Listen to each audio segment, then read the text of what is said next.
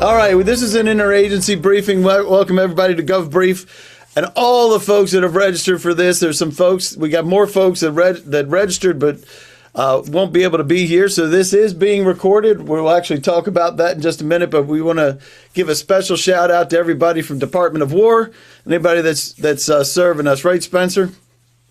I'll make sure we know we appreciate everything you guys are doing for us and everybody else that does the service for us in the government. Quick disclaimer: this does include a vendor product demonstration. Some of the training programs that you have made, right, Tanis, using the Microsoft 365 platform, right?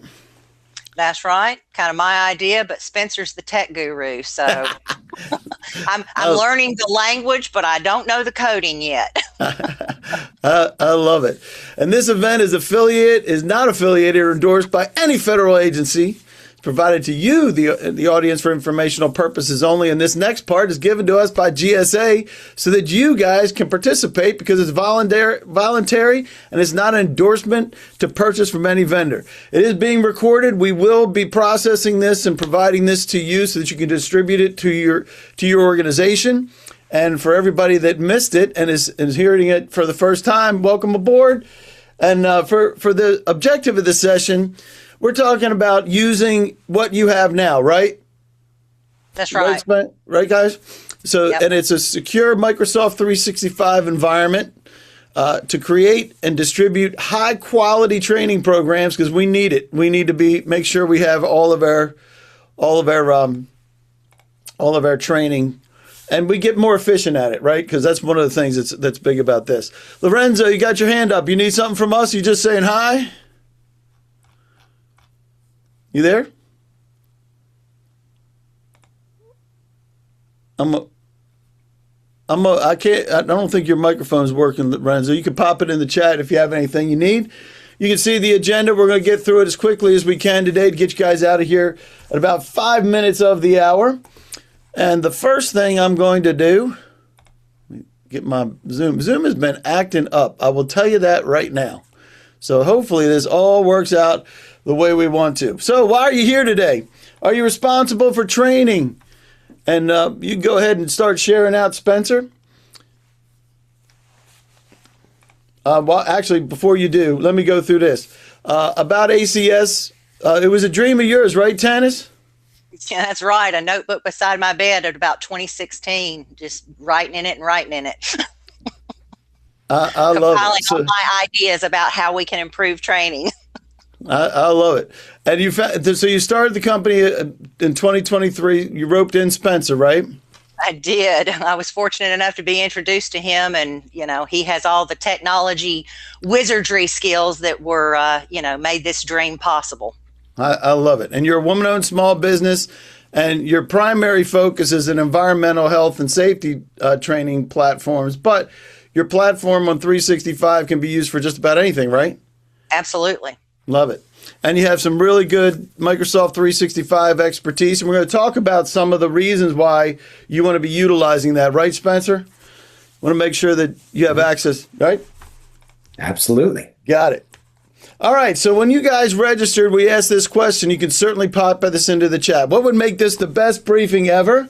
First of all, we have a couple here. It improves my efficiency from Jerry. Okay, fantastic. I think that's part of the whole reason we're here, right, Spencer?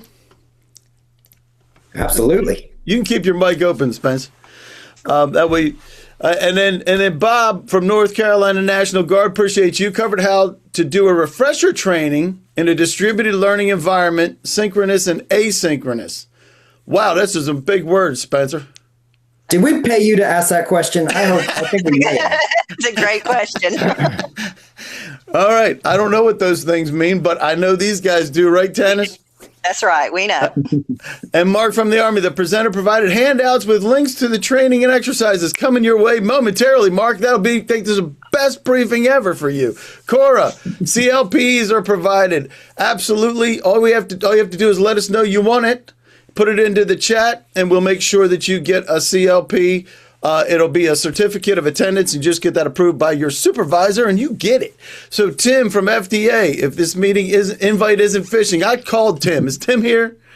Tim Davidson, that was the best answer of everything.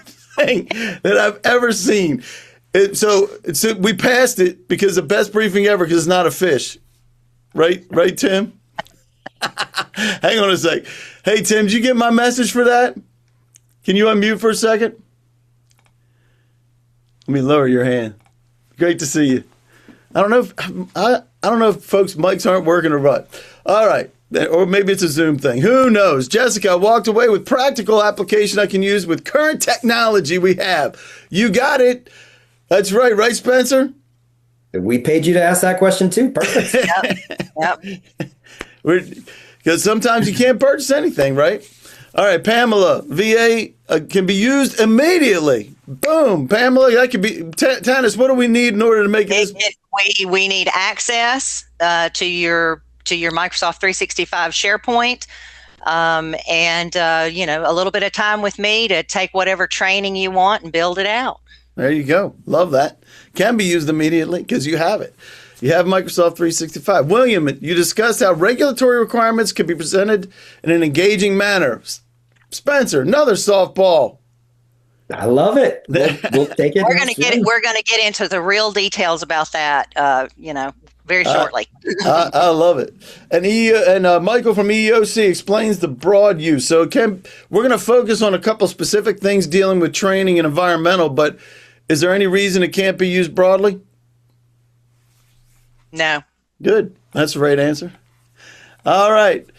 There we go. And if you have any other things, pop that into the chat. If there's something we missed and something you want us to address, let us know. You can put it in the chat. This is what came in. How to set up small online quiz to verify knowledge prior to using a certificate. I don't know. You got something that worked that way? Yeah. Fantastic. How we can work with the limited technology and limited funding we have to make our training more effective. That's the whole idea, right, Tanis? That's the whole thing. to do more with less, because the technology is not as limited as it was yesterday, and it will be even more robust tomorrow. I love it. And everybody's got it. That's right. Interested in the Microsoft automation for trainings for safety. Hey, that's a softball for you again. How retention can be improved. That's all part of it, right? That's it. Making sure they retain the information, and what training format produces the best retention results. I think we're going to talk a lot about that. I'm hoping. We are. Right. How this training can fit into my daily functions. Hopefully that's true. Customizable platforms. Absolutely. Security concerns for MS365, especially with PII. We're not going to dive too deep into that, but just know that Microsoft is already running on FedRAMP, right? The FedRAMP approved, right, Spencer? Right. So a lot of the security concerns that you have are already alleviated. And using Office scripts in RPA, robotic process automation, is what I think that means. So I'm not sure we're going to dive too much into that, Spencer, because a lot of what happens in Microsoft 365, you don't need that, right? Yeah, I think that's going to be for like Excel scripts. What we're doing, the way that we're setting it up, you won't even need it. Love it. All right, so we love the live interactions. If you like something, you can do the thumbs up. We always do that. And if we try to keep these light and keep them moving to keep you guys engaged. In fact, and the retention goes up when you're engaged. If I'm right, Spencer, we love the comments and love the requests. Anything you got, we'll either do our best to answer it today, or we'll set up a way for you guys to continue the conversation afterwards. Sound fair? Thumbs up, everybody ready to go? I'm going to grab the session links momentarily and put them in there. And now I'm going to end this poll. I'm going to say, here, let's look at this real quick so you can see it. So 39% are here, are responsible for training. They need to create, 33% need to create a training for their team. And 39% are trying to get their head around Microsoft. And there's one Weisenheimer that said, my boss made me come. So we appreciate you guys joining us. And for everybody that is here, and we'll take a look at these short answers down at the bottom. Make sure we don't miss anything through this. Okay, we got a couple folks looking for CLPs. Let's see that in the chat. We'll make sure we get those for you as well. All right, guys, next poll up will be, what is your biggest issue with training? And I'm going to hand this over to you, Spencer, so you can take it from here, and I'm going to stop sharing whenever you're ready. There you go. We're good with that. All right, let me stop. Allow you to go. There you go. You're on. Right. I'm going to pass it to Tanis. Hold on one second. Okay. So first, let me apologize to everybody for not being. Whoa, what's happening? I don't know. I'm going backwards. Okay. There's me. Everybody, this is not AI. You know it's live. That's how you know. Okay, so we've already done a lot of this. I apologize for not being on the screen like everybody else, but that's my picture at the top. We are a woman-owned small business, and we're really trying to align training, modernize training to align it with this Executive Order 14210. That is me, and like I said, I apologize for not being visible in the chat, but I'm having some technical difficulties with my camera. Well, we did not want to miss anything. Not want to mess anything up. So, for those of you who aren't familiar with this Executive Order 14210, it really it was signed in February of 2025, and it really focuses on improving efficiency, eliminating duplicative efforts, improving data quality, reducing administrative burden, and modernizing our digital workflows. In fact, I put that into the session docs, Tanis, so that everybody can get that and download it if they like. That's great. So they can have. There's a couple of others in there too, so you can download that as well as the presentation as it was asked to do. So go ahead. I'm sorry. I want to make sure everybody knew they could get to that. That's great. Thanks, Dave. So, we have looked through our research and through, years of experience. We identified EHS training as a major opportunity for modernization. So I just want to kind of thumbs up. Does everybody agree that training is critical to compliance and workforce safety? Just kind of give me a thumbs up or down on that one. I think we can all agree that it does. Yep, I'm seeing lots of thumbs. Yay. So, the problem that we run into in a lot of our training is that it's outdated training methods, and they're outdated methods and they don't reach the modern workforce. We've got an entire, actually 2 generations now of people who have never lived life without a computer or a device in their hand. And so when we try to reach them or train them with our traditional, slide decks, it doesn't really reach them. The sessions are not engaging, they tune out. The messages that we're trying to give them just do not stick. And in, training design, we talk about sticky solutions or sticky training. And it just, if you're not engaged, the training just doesn't stick. Very true. Spence, my next question is, do you think your training is ready for the next generation, or are we going to, only reach 5% of the people that we're trying to reach? I've got one child in Gen Z and one child in Gen A, and they will fall asleep in front of a PowerPoint presentation in a heartbeat. Hey, don't tell them about falling asleep in front of a PowerPoint. Not today. Not right now. Yeah, but ours has got some automation in it. So all right, we'll do that. You'll see. So most of what we're doing now currently is in that passive teaching method. It's lecture, somebody standing in front of a classroom, going through some slides. Maybe there's some additional reading material. Occasionally we'll see there's an audio visual, like a video, a 10-minute video that they get to watch inside the training. Maybe a little bit of demonstration. Sometimes in the classroom, we move into that participatory category where we have discussion groups, but we're very limited. And even when we have those discussion groups, we're really only talking about 50% of the information gets retained. If it's in a PowerPoint slide, I have been in a classroom talking to people. If you've sat in one of my classes before, I move around the room. I try to be very engaging, but I'm still finding, the student in the very back of the room in the dark hall that is on their phone playing a game or something like that. They're just not engaged. And then even when you try to get them engaged in a discussion, they're so far removed from it that it's not very effective.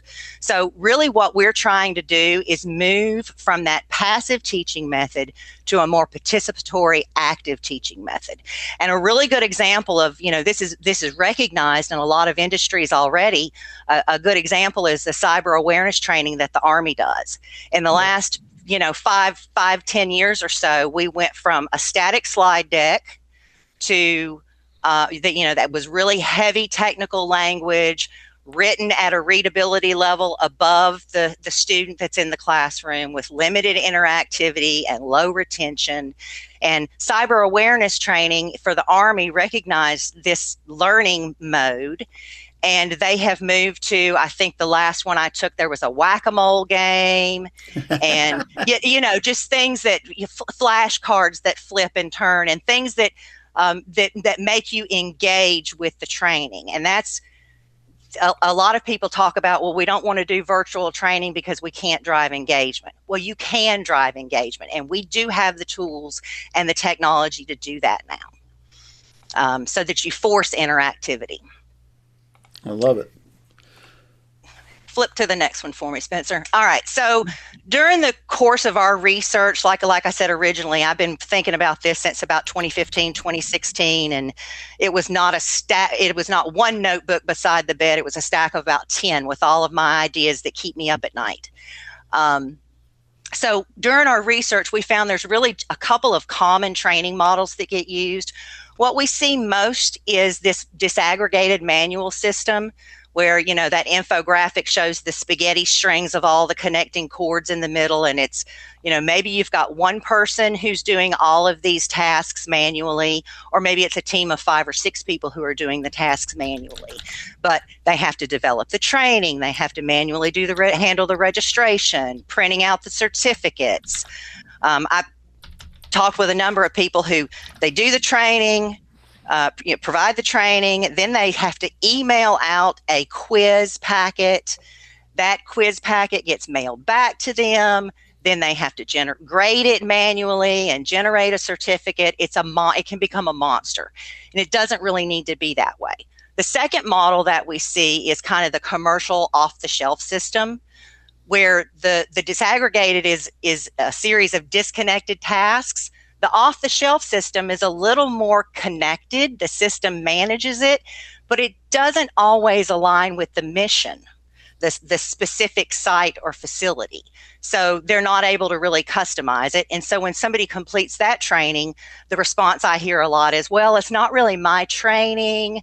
About half of it was relevant, but I really wish that it had been specific to my job and my location. So the level of customization you see in those models is maybe, they have 5 different states or 50 different states, and there's one little bit of information that, maybe 2 or 3 different slides that are specific to, I'm in California versus Georgia, and the rules are a little bit different in California, a little more stringent. So I get a little more information about that, but not specific to my mission or my facility.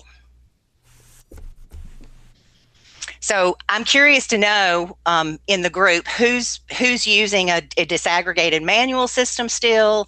Do you have some kind of off the shelf? Is it a combination of the two? Yep. Some folks are heading towards the disaggregated one. I'm feeling that. Somebody's got some biscotti going on there. Yeah, and it is. It can be a tangled mess and really, really labor intensive. Yeah, and we can. I believe we can do a lot better than that. All right, so let's talk a little bit about this task assignment and the specificity of that. Whoop. So EHS training, what I've encountered in my career is, a lot of times, I'll use the Army as an example, or the Army Reserve. They have what's called environmental officer training. Mm-hmm. And it's maybe offered once or twice a year. For the Guard and the Reserve, maybe all of the trainees have to travel to a regional, a regional location and sit in a classroom. That makes it travel dependent. You run into a lot of issues, or can run into a lot of issues there. Like, what if the class is only offered every 6 months, and somebody signs up for the class and then they get sick and they can't go? Well, now they've got to wait another 6 months or a year to go through that training again. Because if you're using a disaggregated manual system, it's not something that that you really have the labor or capacity to deliver more often than that. So a lot of issues can come up with that kind of training delivery.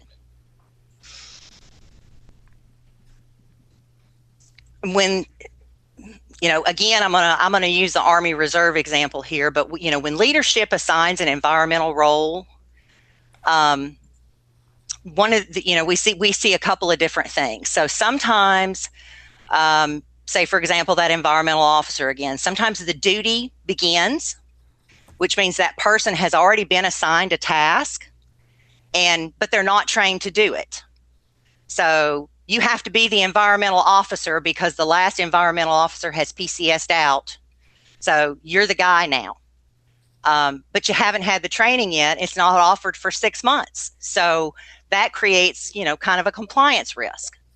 The other thing that we see is, maybe the assignment is made, but you can't take over that role until the training is complete. And you've got to wait, 6 months or a year for that training to be offered, which, creates, again, a compliance risk and delayed compliance or delayed task assignment.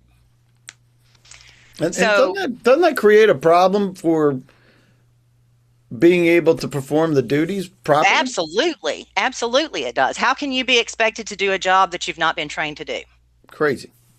Yeah. Not that would ever happen in anybody's organization that is on this particular call. Well, I know it happens. Training, the way we deliver training does not align with mission needs. So I'm curious, is anybody shocked by that? Do you have a system that, where training is not required? No, nobody's shocked. Yeah, I don't think anybody's shocked by that. No. So, once we've got this delivery of training worked out, where we're able to do it kind of ad hoc immediately as needed, then, the next problem that we have is how do we maintain that training? So if you're using a disaggregated system, then every facility has to change that themselves. So when a training requirement happens, or a training requirement changes, what does that look like? Again, in that disaggregated system, every facility's got to revise their local training. There might be long approval chains that have to be dealt with. All of the materials that were previously distributed have to be updated and then redistributed. And your headquarters, is at that point relying on each locality to ensure compliance. And what are the chances that that's going to work that way? It's hard. I was a couple weeks ago looking at some training that somebody had, and it still had material safety data sheets in it. Well, we changed that years ago through global harmonization, and so we're talking about safety data sheets now. So something as simple as that, which the student may never even notice, but we know that it's incorrect information and it's really outdated. And with the changes we've seen this in the past year with compliance and all the rest of those, that creates a very difficult problem with new executive orders and responsibilities that get rolled down. That's right. And it changes a lot based upon how many facilities you have. So for example, if your organization has 5 facilities, you're going to have to update this 5 times. If your organization has 50 or 500 or 5,000, you can see that kind of turns into a huge duplication of efforts. Right. Doug Rivers. And then you get. I'm Go sorry. ahead, Dave. Doug's got his hand up. You want to unmute Doug if you can. If not, type it in the chat for me because some folks are having trouble with the mics. But I saw you got your hand up.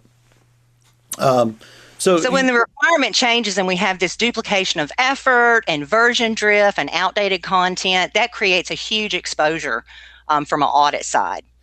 And it truly, in my opinion, it endangers our workforce because they're not properly being trained with the most current available, information.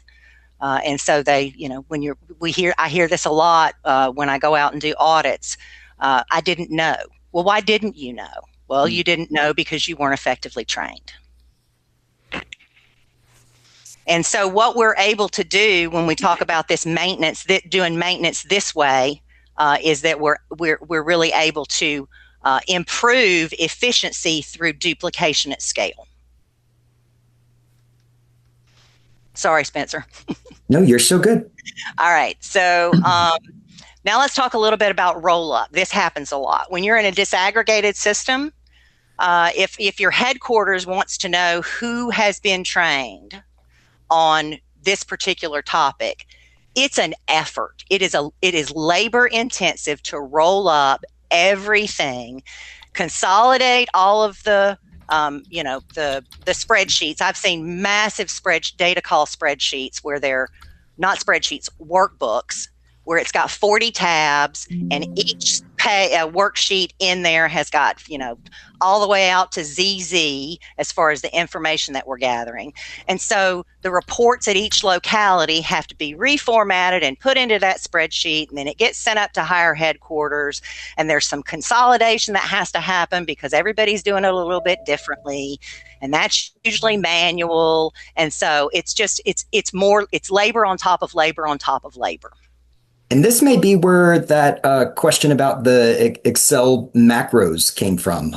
If you're getting things that look different from different people, sometimes you can maybe have some macros that can help solve some of those inconsistencies. So that's just, we wanted to throw that out there too. But what we're doing here is not spreadsheets. Right. It's the next level of that data management. Yep. We're going to show that off too, right? Okay. Yeah, we are in just a minute. So, what happens when we have these roll-ups is, headquarters has delayed visibility, there's high labor cost, and we have increased audit exposure because of delays. So real quickly, I just want to kind of wrap up I want to do a comparison. So, looking at these manual systems versus the off-the-shelf systems, you can see that some of the tasks or system capabilities, most of them in the manual system are not automated. We don't have automated registration or grading. Training's not on demand. We don't generate certificates automatically. There's not this ability to do rapid updates for all facilities or sites when the requirements change. The commercial off-the-shelf systems tend to do a little bit better on those kinds of things, but it's still not customized. It's very generic, has been my experience. And they can't do things, when you're using an off-the-shelf system, it's certainly not using your existing organizational tools or technologies. You're buying purchasing and then needing to install on your system a different kind of system. It doesn't have a lot of customization options, just a lot of things. So what we decided to do when we looked at this manual system and the off-the-shelf systems, we really kind of looked at what can we build to be better. All right, it looks like it's about half and half are using the off-the-shelf. I'm curious, Dave, about what in the short answers, what kind of did anybody say what they're using? So Bob says they're running it themselves. Mark says we don't have anything formal, and then I'm not sure who that is from the Department of State that don't know, which is not uncommon. That's not right. No. That's not uncommon. Right. And it could be a combination of things. So maybe one of your training is a manual that you're building yourself in-house, but then for maybe you've got a certified A and B operators at a fueling retail gas station, and they're taking some training at Skillsoft or Lion or some other kind, Archer Environmental or one of those others, where they have a generic training that's not specific to that particular retail gas station. And Cheryl says both. Both. Right? It is. Oftentimes we see a combination like that. Yep.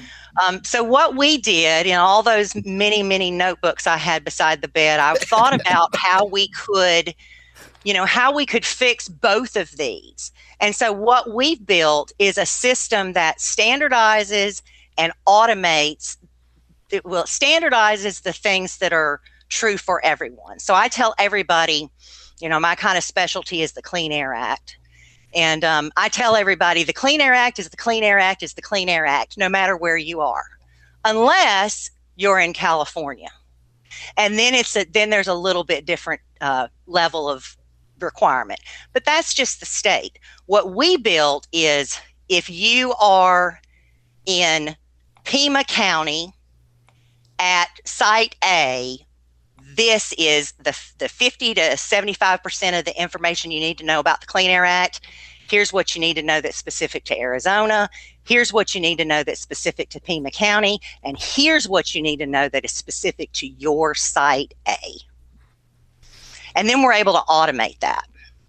So our customizations where, some of the off-the-shelf systems are giving you, maybe they give you 50 customizations. There's some extra data for every state. We're giving you virtually unlimited customization. And we can really take it down to your specific RCRA waste site in the VA hospital in Miami. We can show you exactly where that is. We can take you to your National Guard Training Center motor pool and show you exactly what's happening at the motor pool that you're going to be working out of. Right down to each individual location, so the specialties. Absolutely. The training exists to take you into your motor pool and show you your hazardous waste locker. Thumbs up for everybody that would have that one of those problems that they have to distribute it down to that local level. And then there's at least a couple, right, that have that same problem to be able to drive that down, because that's where your multiplier comes from, right, Spencer, where you had the 50, then 50,000. It depends on how many locations you have. But if you do have that problem with the individual locations, I think you have some good samples on that. And all this is because you have the capacity within a program that they already have on their machines, right? That's right. Microsoft 365? Yeah, we're not actually, did we pay you to go to the next slide? Hey, how do you like that setup? We're paying a lot of people today. So they already have the tools. Now, yep. How many folks actually use Microsoft 365 and SharePoint to distribute information now? Thumbs up if you do that. A lot of people don't even know they have it. There's one. Is that it? I see a couple. There's a couple of them. So tell us about this. They already have the tools. There you go. There we got more. Now they know.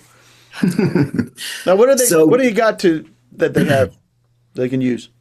Sure, of course. So Microsoft 365, it's got a lot of different features. The first one is SharePoint, which is going to be your main kind of back-end database. So within ACS, we use that for slides. We use that to store certificates. We use that to store training location information. We use that to customize permissions so that you're only viewing your facility's information. Or if you're the headquarters, you have permission to view all facilities. So that gives that real-time data. Exactly. So we use SharePoint. Another Microsoft 365 tool that a lot of people don't know as much about is called Microsoft Power Apps. So we use this, for inspection tools, but you can have it. This is where we run our platform so that you can actually take training. This is how we kind of customize it so that you are looking at the information that you need. And with this Power App, it's accessible through government furnished equipment desktop. It's accessible with a laptop. It's accessible with mobile. So it's got a lot of different opportunities to use it. Another kind of key Microsoft tool is called Power Automate. So we use it for things like email reminders. I think that was one of the comments that was in there. We use it to generate reports. We use it to automatically add people into Teams groups so that they're automatically, part of a group where they can ask a question to people that share the same responsibilities. So the Army, they call them community of practitioners. And so someone would if they're engaged in hazardous waste and RCRA, they would automatically be added to that RCRA group. Exactly. Microsoft 365 also includes dashboards. We will add a quick asterisk. There's some weird things that Microsoft does in terms of Power BI specifically. That's the only one where it's a little bit of a potential issue. I think that many organizations we use will have access to it out of the box. Some organizations that we work with, you need to like store the dashboard in a specific premium environment and then share it so that everybody can access it. We've worked with organizations where we need to use Tableau, or, we'll kind of get creative and work with you to make sure that you can view your information in real time. One of the other pieces of Microsoft 365 is this Microsoft Teams that I think everybody is very familiar with. So we had just talked about all these different ones. When we think about what the automated compliance solutions tool does, is it takes the best parts of the learning management system with those automation pieces, and then the best parts of the customization pieces, and allows us to fully customize training with the learning. It was really important to me. I would give Spencer, well, can we do this? And, it would be great if we could do that, and all these dreams and visions, and the wizard made it happen. So let's dig in and kind of go through one by one, and we'll go pretty quick. I know that there were a lot of people from VA that were able to join. So this morning we added a couple of VA installations. So I'm going to go ahead and click on Walter Reed. This is just an example of signing up. So what you would do. He literally created this in about 45 minutes. Mm-hmm. Yeah. So what we do is, based upon your facility, based upon your installation, we can have specific duty assignments that apply to a facility or installation. So for example, if you do not have a POL, a specific POL duty assignment, we don't have to add that. If you do require hazmat, haz waste, we can add that. So we'll customize this duty assignment based upon who you are. And then what you'll do is you'll go in and select your organization, pick your duty assignment or duty assignments. Once you do that, you can continue. And what it will do is it will have a look and feel. I know that this is probably a really bad example, but it'll have a look and feel that is specific to your organization. The colors of your logo are purple and blue, then your colors in your training will be purple and blue. Or exactly. One of the things that we can also do is, as you're going and registering for certain duty assignments, we have the opportunity to customize. So for example, with environmental officer, Tanis mentioned that earlier. One thing that you've got to do right now is that you have to have your duty assignment orders if you are going to start environmental officer training. So we have the opportunity to allow somebody to add their existing orders, or if they do not have their existing orders, what we can do is we can have them put in their commander and select a couple of pieces, and it will automatically generate duty assignment orders. And we'll work with your organization to figure out how that works best for you. So for example, we could automate everything through this tool, where they can go in and literally sign it within there. Or if you kind of require an ink signature, we can make it so that it sends back to that user, and then they can then attach it. So in this example right here, you can see that we didn't have our duty assignment orders. And so we have automatically sent an email to the commander that's already pre-filled out. We can have it so that it includes, maybe this is a headquarters wide email that goes out. Maybe you do include your installation on there. We'll work with your organization to make sure that it's done in a way that automates. So we can add automation even to different duty assignments. Let's go ahead. And you notice as we change from one installation to the other, the color scheme changed. So that's the kind of branding that we can do that really solidifies and makes that a local thing. So the next piece is automated grading. So what we can do is, I think that this was one of the questions was, hey, can we have a pretest so that if they pass the pretest, they don't have to do that? Absolutely. You can have, with our tool, you're able to customize which questions that you want to answer. One of the nice things about this tool is that we can have branching logic. So for example, if you select the wrong answer, it can then take you to a video that describes why that's wrong. We can include pictures. It's completely customizable. One thing that you can also do is at the end of a training, maybe you want to set up like a Jeopardy type of situation where, you've got you answer this correctly and it'll mark it as correct or it'll mark it as incorrect. We have a silly like 50-50. It'll take away the two wrong answers. We can build any kind of game you want to play. Correct. If you really want the whack-a-mole, we can build the whack-a-mole and put that in there. And this grading and quizzing can be embedded within the training so that the quiz is not a end of the thing, end of the course final. It's addressed as we go through the training. Exactly. So we could have it at the beginning, in the middle, at the end. Totally customizable. As we talked about on demand, as opposed to being offered twice a year, it's available anytime.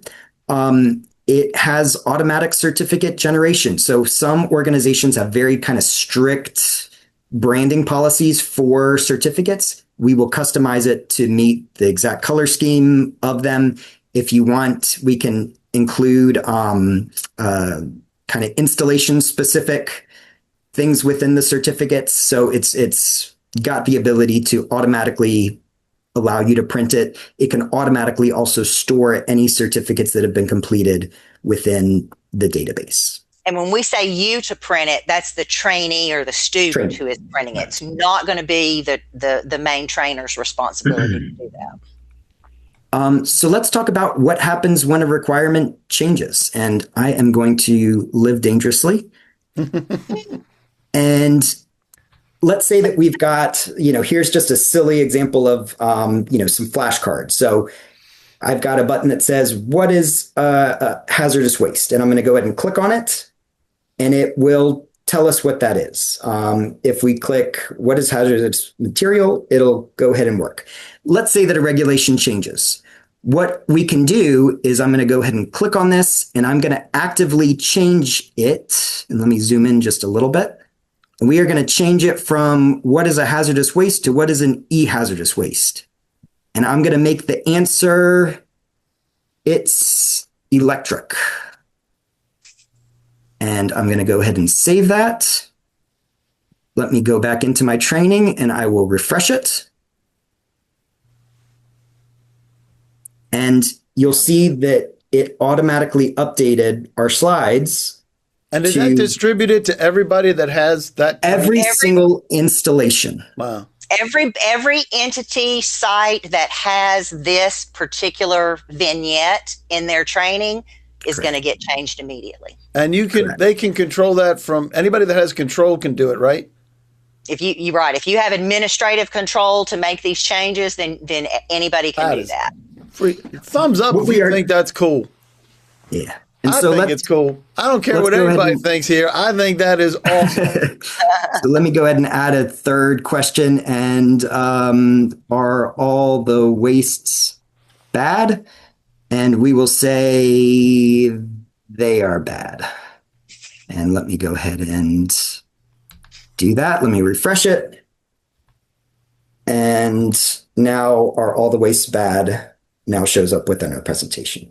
So this is building out, tons of different information so that it can easily be distributed. And as you can see, we're signed in as Fort Worden, so it'll have kind of color schemes that align with your entity. Okay, let's jump back. So very easy to update information. Here's an example of, threatened and endangered species. What we can do is we've got, you're able to click on your installation's threatened and endangered species. What you can see down here are contact information that is specific to your organization. And so we are not creating a reptile Puerto Rican boa for every single installation or a cockaded woodpecker for every single installation. We build it once and then automatically update the color scheme, kind of behind the scenes, we automatically add the appropriate information behind the scenes. So let me similarly go in and I'm going to go ahead and add Fort Buchanan to for the red cockaded woodpecker. So let me go in and find Fort Buchanan. And similarly, we will exit the grid view, refresh our screen, and there's our red cockaded woodpecker now in Puerto Rico. And this is all happening in Microsoft 365, right? Yes, sir. Right. What we're looking at right now is Power Apps. And additionally, depending on your need, we have the opportunity to further expand this. As we talked about, it's available on tablets, on government furnished mobile phones. So I have a button right here that says Report to Environmental Now.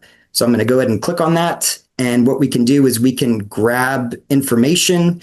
We can take a picture with our phone or our tablet. We can add some comments, and it will automatically send the environmental team an email that says, hey, here's your lat long, here's the time that it was found, it was by the pond, and here's exactly where you were when you took the picture. So that's real time? Real time. Yes. That is smoking. From a mobile device in the field. Love it. All right, we got about 5-6 minutes left. So okay. I'll hurry. So in terms of real-time dashboards, we've got the ability to, instead of, as Tana's talked about, it's a very, very challenging to do dashboards. So what we can do is we can customize it so that you're able to view dashboard-specific information in real time.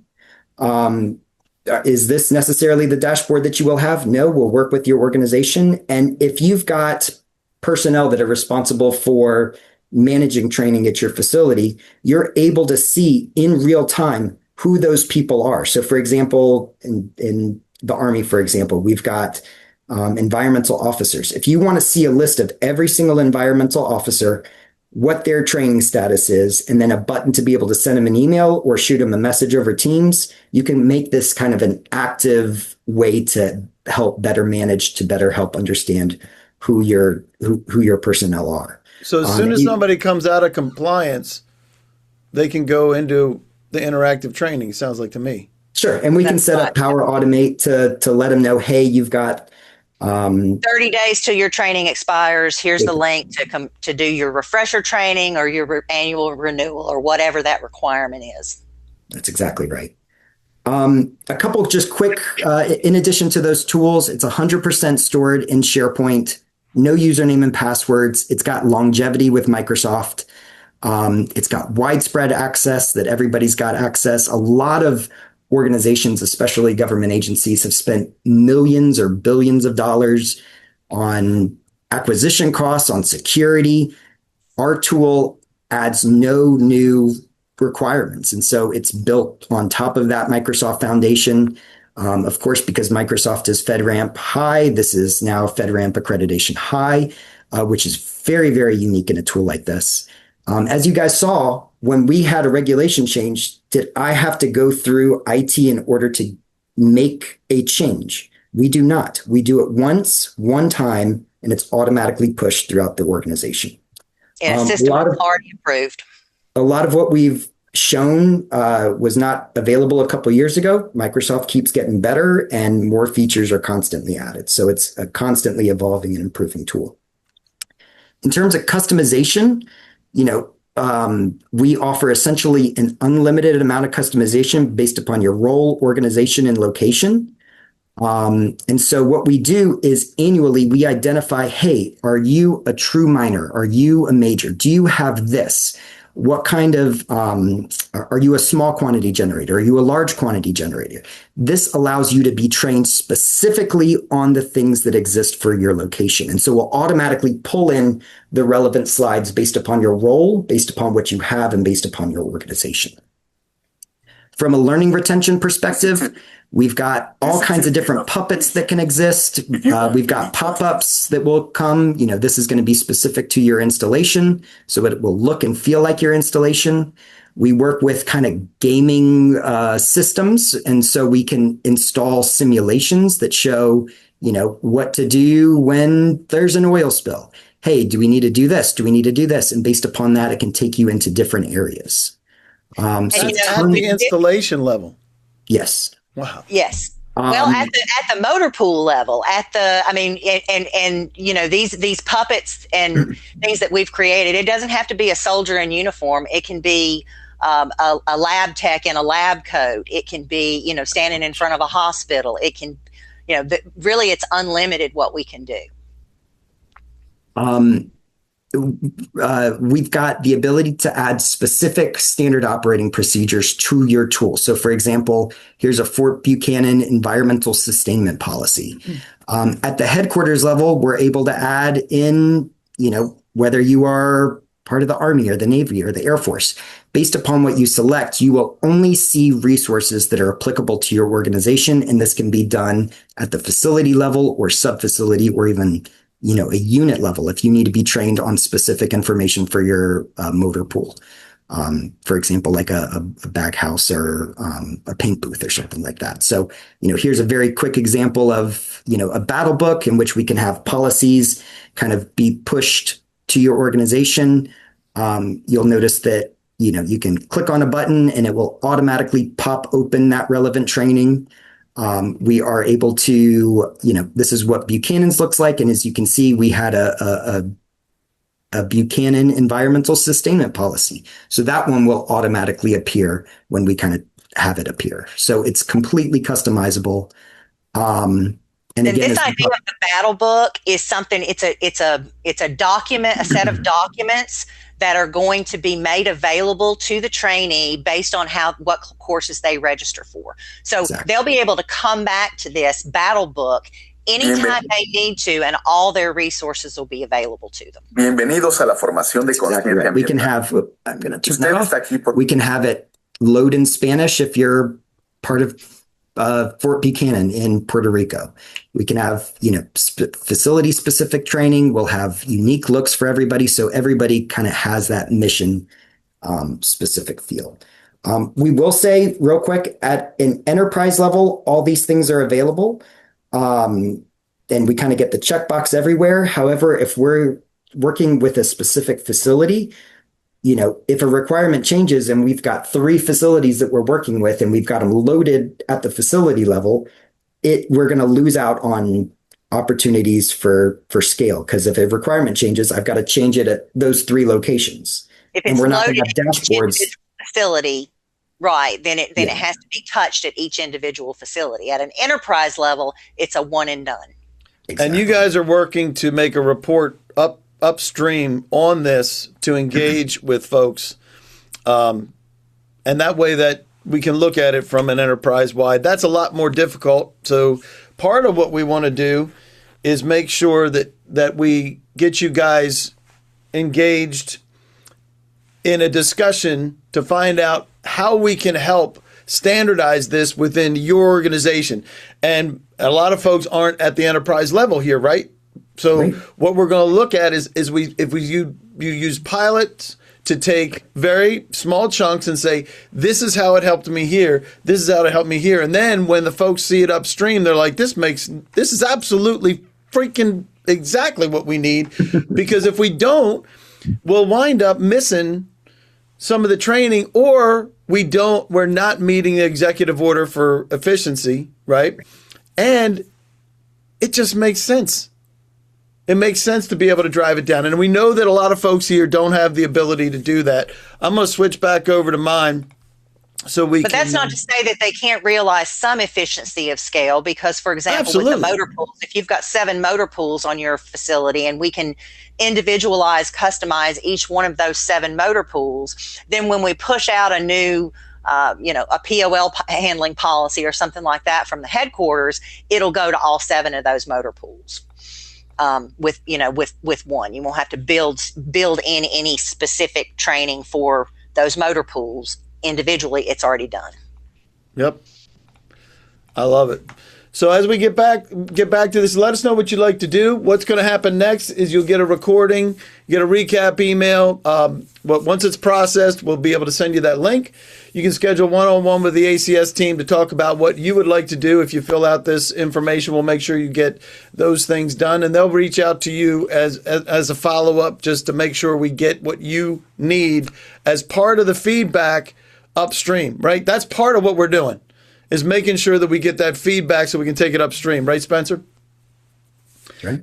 And there's also procurement options. As I mentioned, you are not obligated to buy from anybody, but if you'd like to, Automated Compliance Solutions is a women-owned small business, and they have a bunch of partners that can run things through if you need to with a special certification outside of women-owned small business.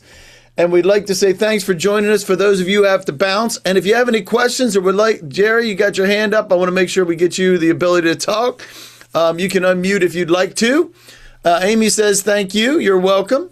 Appreciate that. All the handouts are there. Please make sure that you can get to those handouts. You can download them all at once. Let me show you how that looks when you do it. In case you didn't see it, it looks like this. You can download them all from right here, and that'll download all those pieces in there. So that link, I'll post that in one more time so everybody can have those.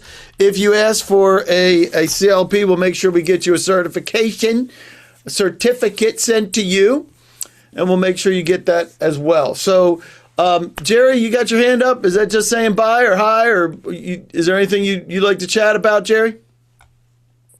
You can unmute if you would like to. Anybody else have any questions before we bounce? I think we did everything that you asked on the incoming pieces for what they were looking for. I think we did all that. Great job, Spencer. Great job, Tanis. We're going to work on your camera so next time we can see your lovely face. And Jerry I am sorry about that. Hey, it's live, right? Everybody knows it's live. This is no AI rubbish. Or phishing. Yep. Hey, or fishing for that matter. All right. We want to be able to get you guys out of here. Okay, Larissa, you'll get your CLP. Let me know if you need that. And we'll look for an anonymous question in the chat in the Q&A. Did you see that? I did not see that. Yeah, it says, so now I'm wondering why I am not maximizing my enterprise subscription with Microsoft. And that's an excellent question. I love that. I love that. So we'll make sure, whoever that anonymous is, we'll make sure you get to that maximization, right? You're welcome, Doug. All right, guys, it's 11:59. Get out of here. Go to your next meeting. Thank you very much for joining us. Great job. And I shot an email to you guys. We could recap after this and we'll chat. And anything else you guys need, please reach out to Spencer and Tanis. They will make sure you get what you need. Sound good? All right, guys. Thanks so much. Appreciate you. All right. Thank you. Yep. Thank you.